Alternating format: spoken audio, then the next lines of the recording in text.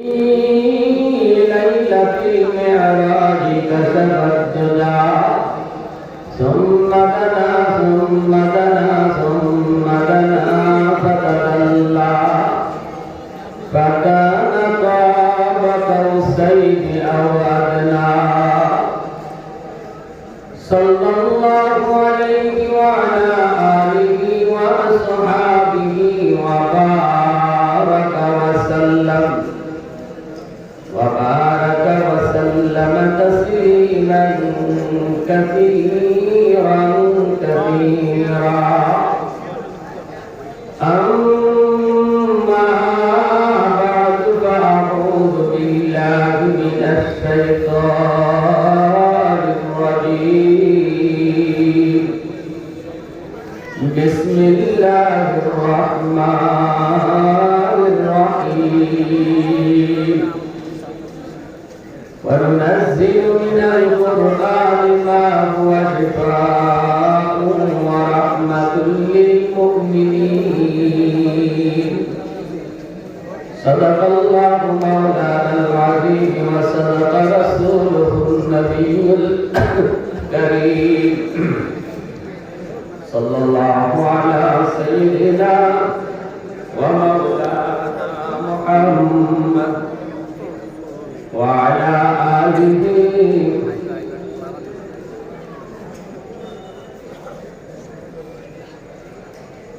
وأصحابه وسلم أي حبيب كبرياء برسلام أي हमारे दिल रुबा तुम पर सलाम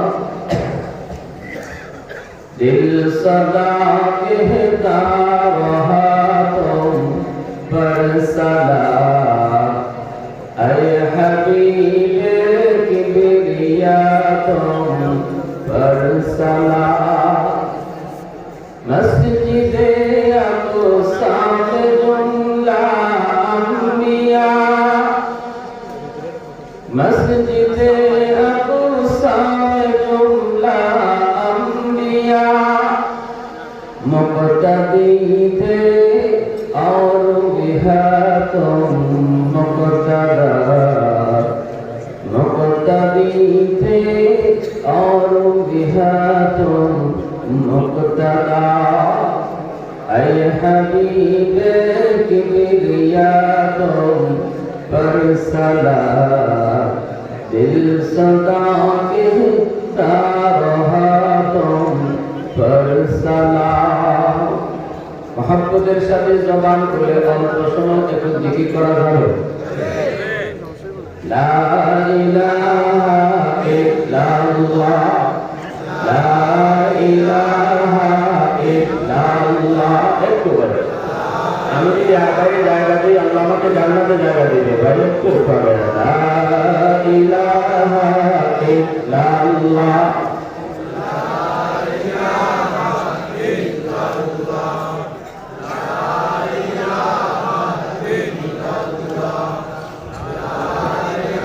দ্রুত সময় খুব কম আমি বেশি সময় দিতে পারবো না দুঃখিত সেই সিলেট থেকে আসতে আসতে রাস্তায় এত জাম এত অসুবিধা হয়েছে যে রাস্তায় পুনরাবৃত্তি এই জন্য একটু মনোযোগ দিয়ে শুনবেন সময় খুব কম একটু সামনে আসবেন লা ইলাহা ইল্লাল্লাহ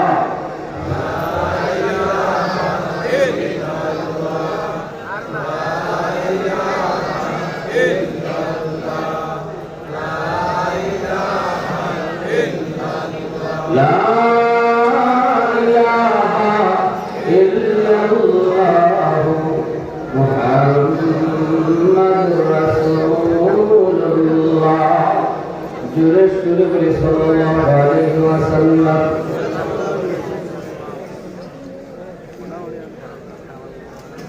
ঐতিহ্যবাহী জাফরাবাদ জামিয়া ইসলামিয়া আহমদিয়া দাওরা হাদিস মাদ্রাসার উদ্যোগে আয়োজিত আজকে ওয়াজ ও মাহফিলের সম্মানিত সদর ইজলাস সভাপতি সাহেব উপস্থিত জাতির জমিয়তুল উলামায়ে কেরাম অত্র এলাকার মুরব্বিয়ানে নিজাম ব্যবসায়ী ভাইরা পর্দার আড়ালে আমার মা ও বোনেরা, মাওলানা হাজির সন্তান মা বাবার কাছে আল্লাহর পক্ষ থেকে আমানত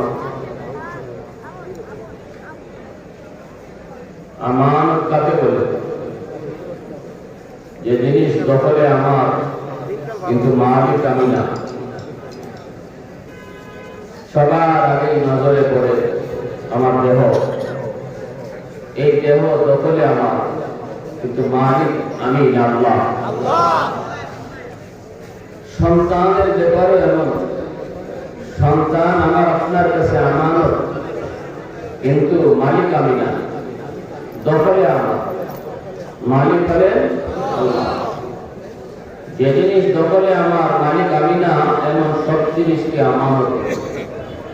আমানতের বস্তু ব্যবহার করার তরিকা হলো নিজের মর্জি মতো ব্যবহার করলে খিয়ানত হয়, আর যিনি রাখছে আমানত ওই মালিকের মর্জি মতো ব্যবহার করলে আমানতদারি রক্ষা হয়। যে মানুষ আমানতে বেশি বেশি খেয়ানত করে, আমানতকে আমানত হিসেবে বুঝে না, আমানতের জিনিসে নিজের মর্জি চালায়, এর ব্যাপারে আল্লাহ নবীর ধমকি আছে। নবী বলেন লা ঈমান লিমান লা আমানাতা। এই কথা আল্লাহ নবী 3 বার বলেছেন। যার মাঝে আমানতদারি নেই তার ঈমান নাই, যার মাঝে আমানতদারি নেই তার ঈমান নাই, যার আমানতদারি নেই তার ঈমান নাই। আরেক হাদিসে রাসূল বলেন ইযা যুকিয়াতিল আমানাতু ফান্তাজিরিস সাআহ। যখন মানুষ বেশি বেশি আমানতে খেয়ানত করবে তখন তোমরা কিয়ামতের অপেক্ষা করো। এই যে সন্তান আমার আপনার কাছে আল্লাহর পক্ষ থেকে আমানত, এই সন্তান কিভাবে আমি বড় করব, লালন পালন করব, কি খাওয়াবো, কি পড়াবো, কি শিখাবো, কোন পরিবেশে তারে বড় করব, এই সব কিছুর ব্যাপারে বাপ মার কোনো সিদ্ধান্ত চলবে না। কারণ বাপ মা সন্তানের মালিক না, সন্তান তার কাছে আমানত। মালিক আল্লাহ, আর আমানতের বস্তু মালিকের মর্জি মতো চালাইতে হয়। অতএব আমার সন্তানের লেখাপড়া করা, লালন পালন করা, কোন পরিবেশে রাখা, কোন পোশাক পরানো, কোন জিনিস দেখানো, কোন জিনিস বোঝানো, কি শোনানো, এই সব কিছুর ব্যাপারে সিদ্ধান্ত চলবে যিনি মালিক, তিনি কে? আল্লাহ। এগুলো আমার আলোচনার শিরোনাম। কথাটা আপনাদের মনে থাকবে তো? এটা হলো আলোচনার শিরোনাম। এবার যে সন্তান মা বাবার আমানতদারি, বাপ মা আমানতদারি রক্ষা করে যে সন্তানকে বড় করবে, আশা করা যায় এই সন্তান ও বাপ মার হক আদায় করবে এবং দিনদার হবে, বাপ মার মুখ উজালা হবে, মানুষের কাছে বাপ মার সম্মান হবে সন্তানের কাছে। আর যদি মা বাবা তার আমানতদারিতে খেয়ানত করি, নিজের মর্জি চালাই, আল্লাহর মর্জির তোয়াক্কা না করি, দুনিয়ার প্রতিফল এই সন্তান বাপ মার ইজ্জত ডুবাবে, পরকালের প্রতিফল এই সন্তান আল্লাহর আদালতে বাপ মার বিরুদ্ধে মামলা দিবে। পরকালে কি দিবে? মামলা দিবে। সন্তান বেনামাজি কেন হলো, সুদখোর, মদখোর, গাঁজাখোর, ইয়াবাখোর কেন হলো? এজন্য এই সন্তান আল্লাহর কাছে তার বাপ মার বিরুদ্ধে মামলা দেবে। আল্লাহ, আমার মারে আমার বাবারে ডাকো, এরা আমারে কি দেখাইয়া বড় করলো, আমার বাপ মা আমারে কোন পরিবেশে বড় করলো, আমার বাপ মা আমাকে কি বুঝাইলো, কি শুনাইলো, আর কি শোনানোর কথা ছিল, কি বুঝানোর কথা ছিল, এই জিনিসটা আমার মারে আমার বাপরে সামনাসামনি বুঝি গাও। রব্বানা আতিহিম দিফাইন মিনাল আযাব ওয়ালআনহুম লা'নান কাবীরা। এক পর্যায়ে কেউ আল্লাহ আর আমি যে দোষী হইয়া জাহান্নামে হলাম, আমার যে শাস্তি তুমি দিবা, আমার বাপ মারে ডাবল শাস্তি দিও, ডাবল।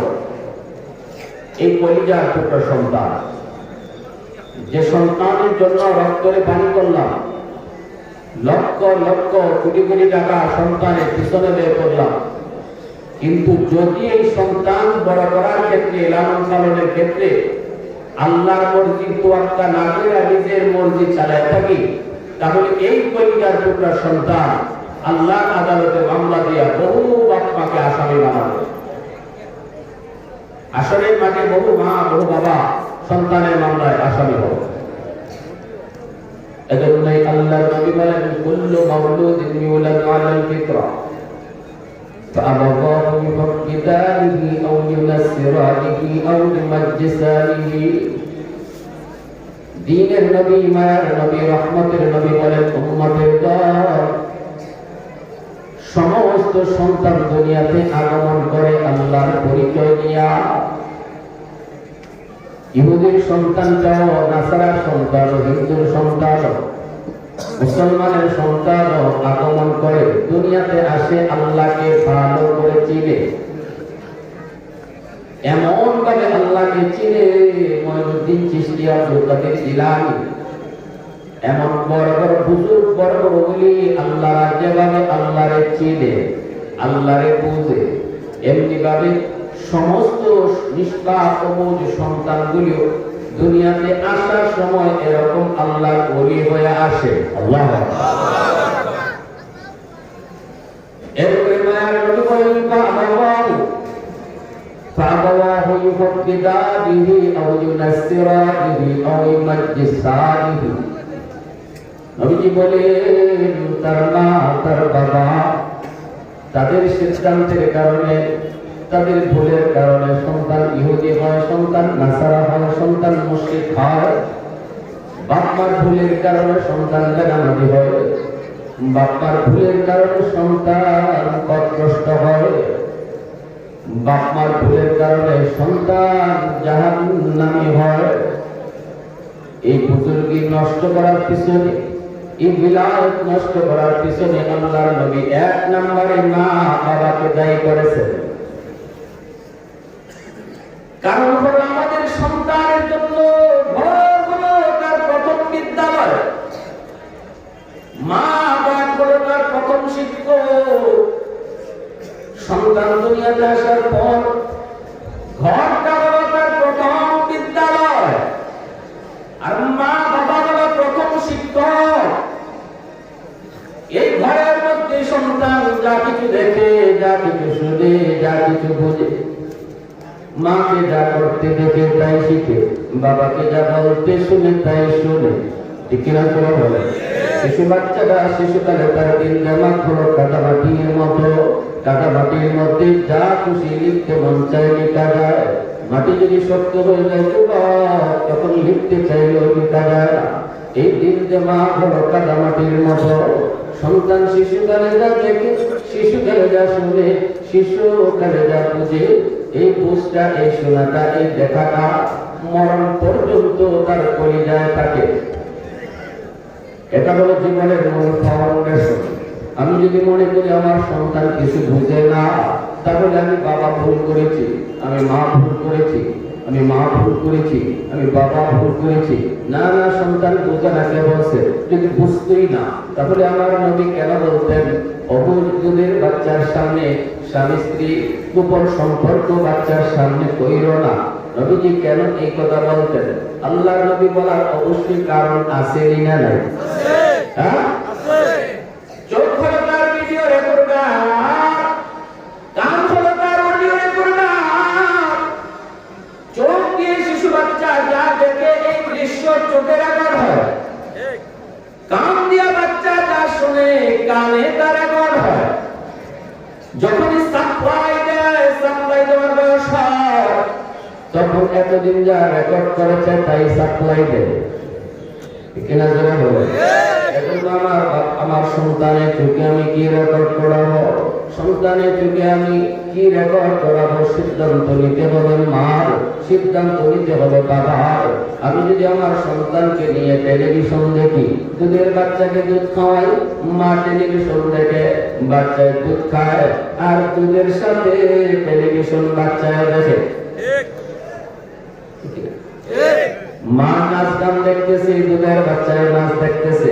এই নাচ দেখানোর কারণে আর গান শোনানোর কারণে আমার সন্তান যে মঈনুদ্দিন চিশতি ভাই দুনিয়াতে আসছিল, এই বুজুর্গি নষ্ট করতেছি সবার আগে আমি মা।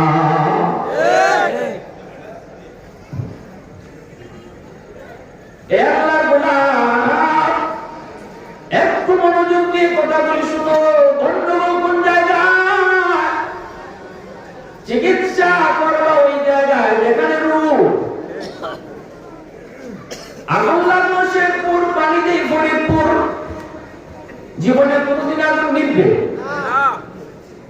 আমার সন্তান শিশুকালে মাকে সবচেয়ে বেশি কাছে পায়, বাবাকে একটু কম পায়। মাকে সন্তানটা একটু বেশি পায়, বাবাকে একটু কম পায়। বাবা তো মায়ের পেটে ছিল সন্তান, বাবার পেটে নয়, দুধ খাইছে তাও মা, বাবার নয়।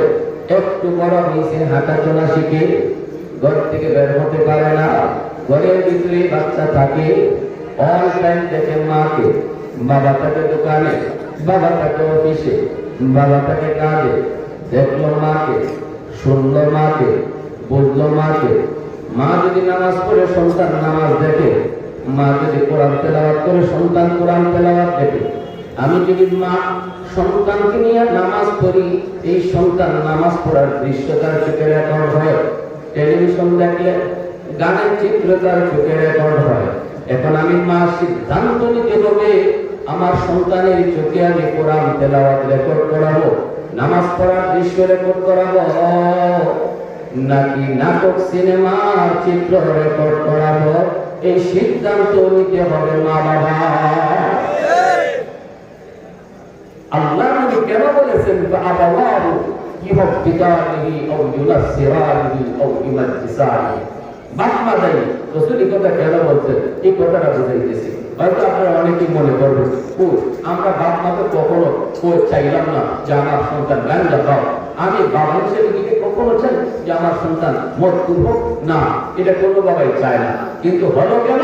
গন্ডগোল কোথায় আসে? কিনা বলেন? আল্লাহর নবী পরিষ্কার ভাবে এই কথা বলে দিয়েছেন, মাকে সন্তানরা বেশি টাইম পায়, বাবাকে একটু কম টাইম পায়। গর্ভে দিছে মা, তখন মায়ের পেটে সন্তান থাকা অবস্থায় মা যা করে, এই কাজের আসরে সন্তানের উপরে পড়ে, ঠিক কিনা? পেটে সন্তান নিয়ে যদি মা বেশি বেশি টক খায়, সন্তান টক প্রিয় হয়।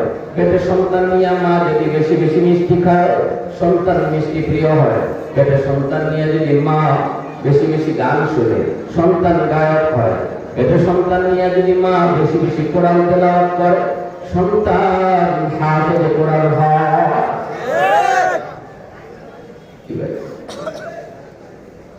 কুতুবুদ্দিন বখতিয়ার কাজী আল্লাহর বকুত করে বলি, ছোট্ট বাবু মা মাদ্রাসায় নিহাজি উস্তাদি আপনি পড়ালেন আলিফ বা তা সা।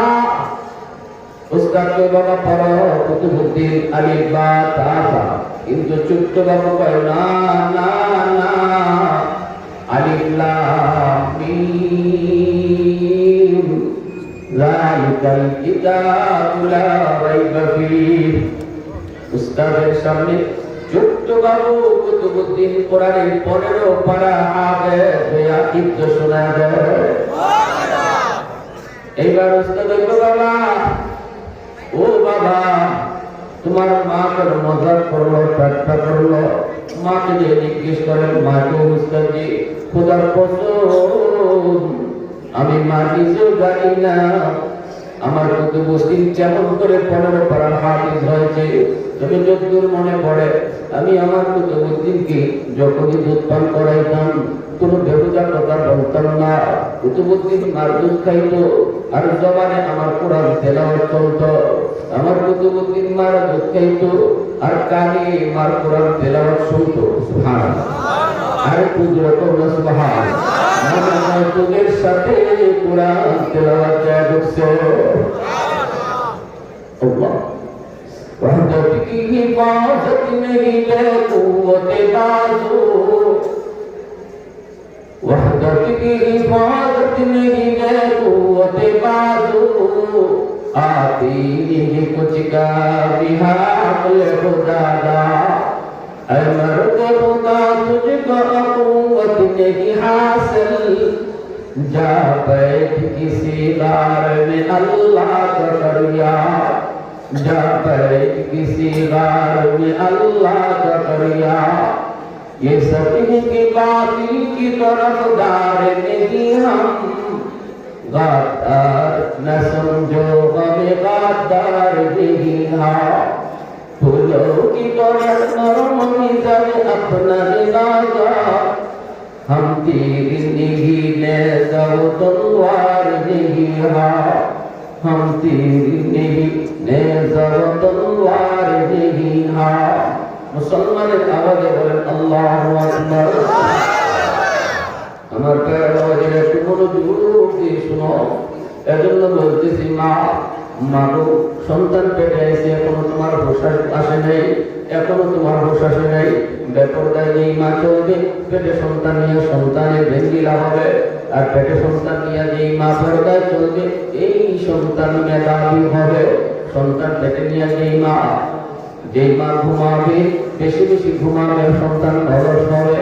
পেটে সন্তান নিয়ে যেই মা ঘরের টুকটাক কাম কাজ করবে, এই সন্তান বড় হয় কর্মঠ হবে। তাহলে বোঝা গেল পেটের সন্তানের উপরে মায়ের কাজের আসর করেনি না করে না? হ্যাঁ, কি করবো? আপনারা তো আগাইছেন, আবার আছে কেন? পিছনে অনেক ভাই দাঁড়া রয়েছে, একটু কি বাড়া যাবে সামনে ভাই? হ্যাঁ,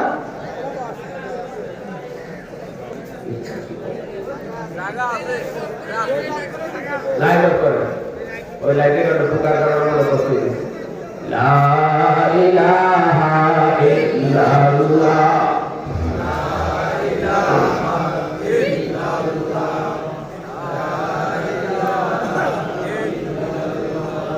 লা ইলাহা ইল্লাল্লাহ,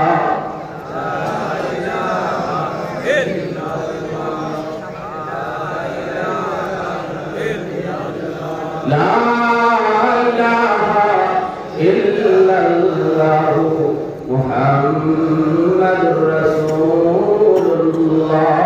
একটু জোরে সরে বলেন সাল্লাল্লাহু আলাইহি ওয়াসাল্লাম। এই যে একটু মনটা নরম করে কথাগুলি বুঝো।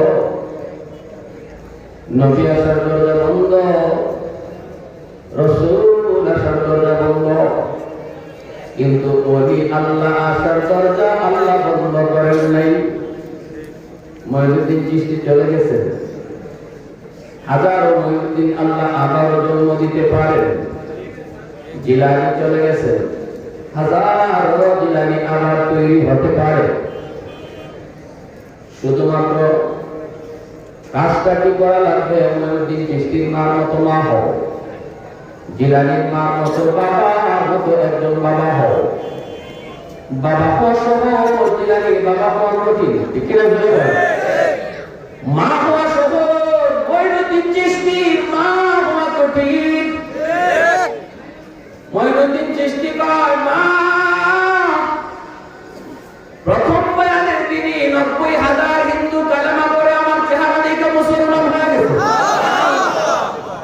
মা কয়, বাজার এটা তোমার কোনো ক্রেডিট না, তোমার কোনো বাহাদুরি না রে বাবা, এটা তোমার কোনো ক্রেডিট না, এটা ক্রেডিট টাকার জানি।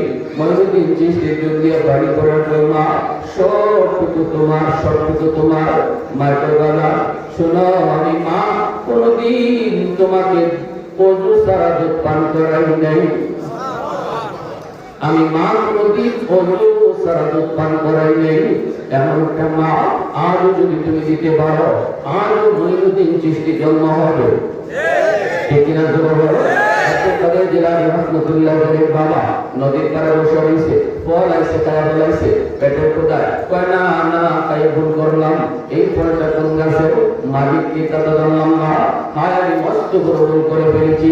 দৌড় শুরু করলেন, নদীর পাড়ে পাড়ে যাচ্ছেন, পেয়ে গেলেন একটা বাগান, এই বাগানের ফলটাই তিনি খাইছেন। সূর্যের তালে তালে অনেক দূর গেল, এই ফল খেয়ে তিনি এইবার বাগানের মালিকের কাছে হাজির। চাচা একটা ফল খেয়ে ফেলেছি, আপনার কাছে কেমনি একটু পানিতে ভেসে গেছে, আমি তো খেয়ে ফেলছি পেটের ক্ষুধায়, কিন্তু এটা তো আমার জন্য জায়েজ হয় নাই। কারো গাছের ফল পাইলেই খাওয়া যায় না, এটা জায়েজ না। গাছের ফল পাইলে ওটা মালিক গাছের মালিকই থাকে, এই ফল খাওয়া যায় না। ভালো করে মনে রাখবা, আমের দিন আম কুড়ায় খাও না, সাবধান কেউ কোনো গাছের আম কুড়ায় খাইবা না। যদি পাও আমটা মালিককে দিয়ে ফেরত দিবা। মালিক যদি মানুষের বাচ্চা হয়, এই আম নিজে খাবে না, তোমারই দিবে, তখন 100% জায়েজ। কত ফল কত জনে খায়, কেউ তো লইয়া আয় না। বাবা তুমি আমার বাড়িতে লই আইছো, এই ফল তুমি নিজেই খাও। ভাইরে এজন্য বলি, আব্দুল কাদের জিলানী তার বাবা ভাইরা বন্ধুরা আবু সালেহ জঙ্গি চলে গেলেন মালিকের দরবারে। মালিককে যা জিজ্ঞেস করেন মাপ দিবেননি অথবা বদলা নেন। তিনি বলতেছেন মালিক কয় আল্লাহ এমন যুবক তোর জীবনে কোনোদিন দেখি নাই যার কলিজার ভিতরে এত আল্লাহর ভয়। আল্লাহু আকবার। হ্যাঁ, কত আম কত ফল ইটায় খাইলো, গাছ উঠতে লুকায় খাইলো, আর এক ফল নদীর স্রোতে ভাসে গেছে, তার প্রত্যেকে কই এই ফল খাইয়া আইছে মাপ দিতে, তো জেন যুবক না, ঠিক কিনা? বাগানের মালিকের ভিতরে লাগলো টেনশন, চিন্তা, লোভ লাগছে, এমন ছেলে হাত ছাড়া করা যায় না। মেয়ে আছে আমার উপযুক্ত, আমার মেয়েটা বড় দিনদার, আমি একটা দিনদার ছেলে খুঁজতেছি। দিদির সাথে যাই পরামর্শ করলেন, দীর্ঘ দোয়া করতেছি আল্লাহর কাছে, তুমিও আমিও একজন উপযুক্ত ছেলের জন্য। আল্লাহ তো দোয়া কবুল করছে, এমন করা করছে ছেলে ঘরে কাটায় দিছে, খুব জায়গা বের করতে হয় নাই, ছেলে হয়েছে। সবার মতো আল্লাহর কাছে চাইলে আল্লাহ গরম হাঁটাইয়া দেয়, কি বলে? হ্যাঁ, আমরা চাওয়ার মাঝেই আমরা সংগ্রহ লাগে যায়। আল্লাহ কাছে চাইতেছি যে ভাই মুনি চাওয়ার মাঝেই আমরা সংগ্রহ আছে। আল্লাহ পাক বলে আমার কাছে যে ধারণা নিয়ে তুমি চাইতেছো, এরকম লেনদেন তোমার সাথে আমি করবো, ঠিক কি লাগে? এই পারমাণিক করে বিবে কি করবো, তুমি একটু বড় বিবি কয় আমার লক্ষ্য এই ছেলে হাত ছাড়া করা যায় না, আমার মেয়েটা বড় দিল্লা, আমার মেয়েটা বড় আল্লাহ, আমার মেয়েটা আল্লাহকে বড় ভয় পায়, আমার মেয়েটা বড় আল্লাহ। যাও যে ছেলেকে জেলায় ভাড়া দাও। মালিক এসে যুব মাপ দিতে পারি, তবে শর্ত আছে। কি শর্ত? শর্ত হলো আমার একটা মেয়ে আছে, মেয়েটাকে বিয়ে করতে হবে। যদি তুমি বিয়ে করো তাহলে তোমার এই ফলের মাপ। জিলানীর বাবা মুসালিক জঙ্গি কয় আমি রাজি, আমি রাজি।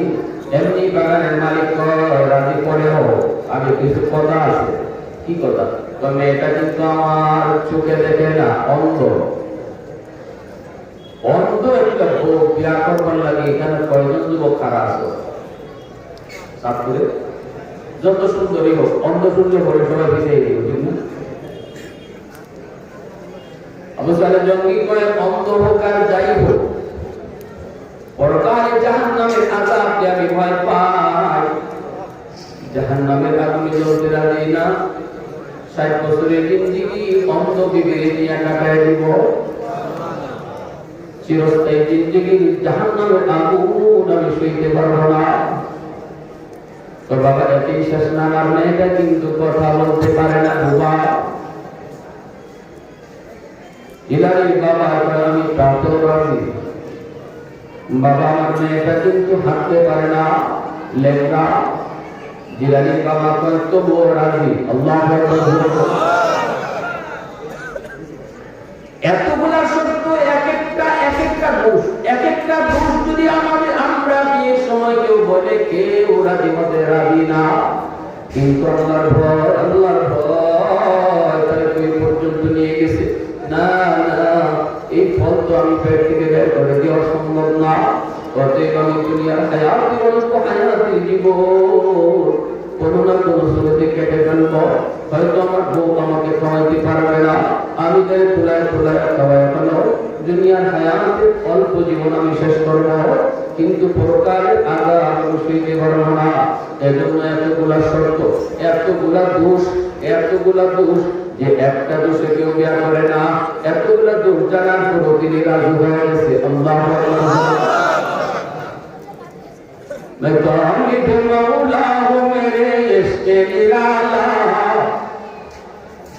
मैं तालिब मौला हूँ मेरे इश्क़ निराला, है जुमला जहाँ जिनके तजल्ली से उजाला, है जुमला जहाँ जिनके तजल्ली से उजाला, मगर तू जहाँ गैर खुदा यारे नज़ारे যদি আজ খোদাহি তেরি করকার না দাবিন। তারা কি হলো, জিলানি বাবা বাসর করে ঢুকলেন। ঢুকে দেখেন বাসর করে একদম অপরূপা কুমারী সুন্দরী একটা মহিলা বসা, নতুন বউ সেজে। এত সুন্দর ওনারে দেখি তাকায়া সালাম দিল, আসসালামু আলাইকুম ওয়া রাহমাতুল্লাহ। জিনানির বাবা ভয় পেয়ে গেলেন, ঘটনা কি? আমি তো জানলাম আমার নতুন বউ কথা বলতে পারে না, সালাম দিল কেমনে? আমি তো শুনলাম চোখে দেখে না, আমার দিকে তাকাইল কেমনে? হায় হায়, আমি মনে হয় ভুল করে ফেলেছি। দৌড় দিয়ে তিনি বের হয়ে গেছেন। বাগানের মালিক যাইয়া বলতেছেন, শ্বশুরজি আপনি আমার কাজ করে পাঠাইছেন। ওই পাঠাইছি মনে হয় আমি ভুল করেছি, নয় আপনারা ভুল করেছেন। বলে কেন আপনি বলেছেন এমন এমন, কিন্তু পাইলাম যে এমন এমন। সাথে সাথে শ্বশুরের বুকের সাথে বুক মিলাই তো কথা না ঢুকে আমি এতগুলা কথা কেন কইছি জানো? আমি যে অন্ত বলেছি আমার মেয়েটা জীবনে কোনোদিন বেটারা পুরুষ দেখে নাই। আমি যে বোবা বলেছি যে জীবনে কোনোদিন আমার মেয়েটা বেটারা পুরুষের সাথে কথা বলে নাই, পা নাই, হাঁটতে পারে না। এটা বলেছি পর্দার বাহিরে কোনোদিন যায় নাই। মূলত এমন কোনো দোষ নাই, কোনো দোষ নাই, কোনো দোষ নাই। এই আল্লাহর গোলাম একটু চিন্তা করো, কেমন মা কেমন বাবা। ওই বাবা ওই মা গর্ভ থেকে আল্লাহ জগৎ বিখ্যাত ওলি, ওলিদের ওলি, ওলিগুলের শিরোমণি আব্দুল কাদের জিলানীর জন্ম দিয়েছে। এজন্যই আমার নবী রহমতের নবী পাক সাহাবাহু ইউফাক্কিদানিহি আও ইউনাসসিরানিহি আও ইউমাজ্জিসানিহি। মা বাবার সিদ্ধান্ত যদি সন্তানের ব্যাপারে সঠিক হয়, তাহলে সন্তান যেমন আল্লাহর ওলি হয়ে আসে, আল্লাহর ওলি হয়ে কবরে যায়। আর যদি বাপ মা সন্তানের ব্যাপারে সিদ্ধান্ত ভুল করে, সন্তানের ভবিষ্যৎ অন্ধকার হয়। এইবার আমার সন্তানকে আমি পড়ালেখা করাবো, কোন পরিবেশে তাদের ভর্তি করবো? ঘরের পরিবেশটা আমি সুন্দরভাবে করলাম, কালেমা শিখাইল মায়, সন্তানের ঘুমের ঘর শিখাইল মায়। সন্তানকে এই কাজ করলে আল্লাহ খুশি হয়, এই কাজ করলে আল্লাহ নারাজ হয়, কথাগুলি শিখাইল মায় বাবায়। ছোট বাচ্চা জিজ্ঞাই বল, মা আল্লাহ খুশি হলে কি হয়? মা কি জান্নাত যাওয়া যায়? সন্তানে কইব আমরা জান্নাত তারে করো। সন্তানকে অল্প কথায় জান্নাতের পরিচয় শিখাই দেয়। এই যে শিশুকালে ঘরের ভিতরে জান্নাতের কথা, জাহান্নামের কথা, শিশুকালে ঘরের ভিতরে গুনাহের কথা, নেকির কথা সন্তানের কানে কানে কানে কানে মুখে মুখে মা বাবা যখন আলোচনা বেশি করে, তখনই তার পরিচয় যাই না যাই, হালাল হারাম, জান্নাত জাহান্নামের নাম পরিচয়ের ভিতরে পাথরে খোদাই করে বসে যায়।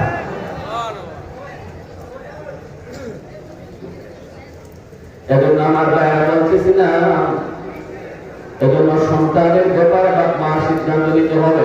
তারপরে যখন মাদ্রাসা আমার আব্বা একটু মনে করতে, আব্বা তো জেনারেল শিক্ষিত, আব্বার বন্ধু বসা, আমি যখন ছোট্ট বাচ্চা আব্বার পাশে আসছি, সালাম দিছি না, আপনার কাছে বসছে, আপা বলতেছেন বাবা সালাম দিলাম না? আমি বললাম আসসালামু আলাইকুম ওয়া রাহমাতুল্লাহ। আপা বলতেছে এখানে তোমার আব্বার একজন বন্ধু বসা, তোমার মুরব্বী, সালাম দিলাম না? তা আমি আসসালামু আলাইকুম ওয়া রাহমাতুল্লাহ।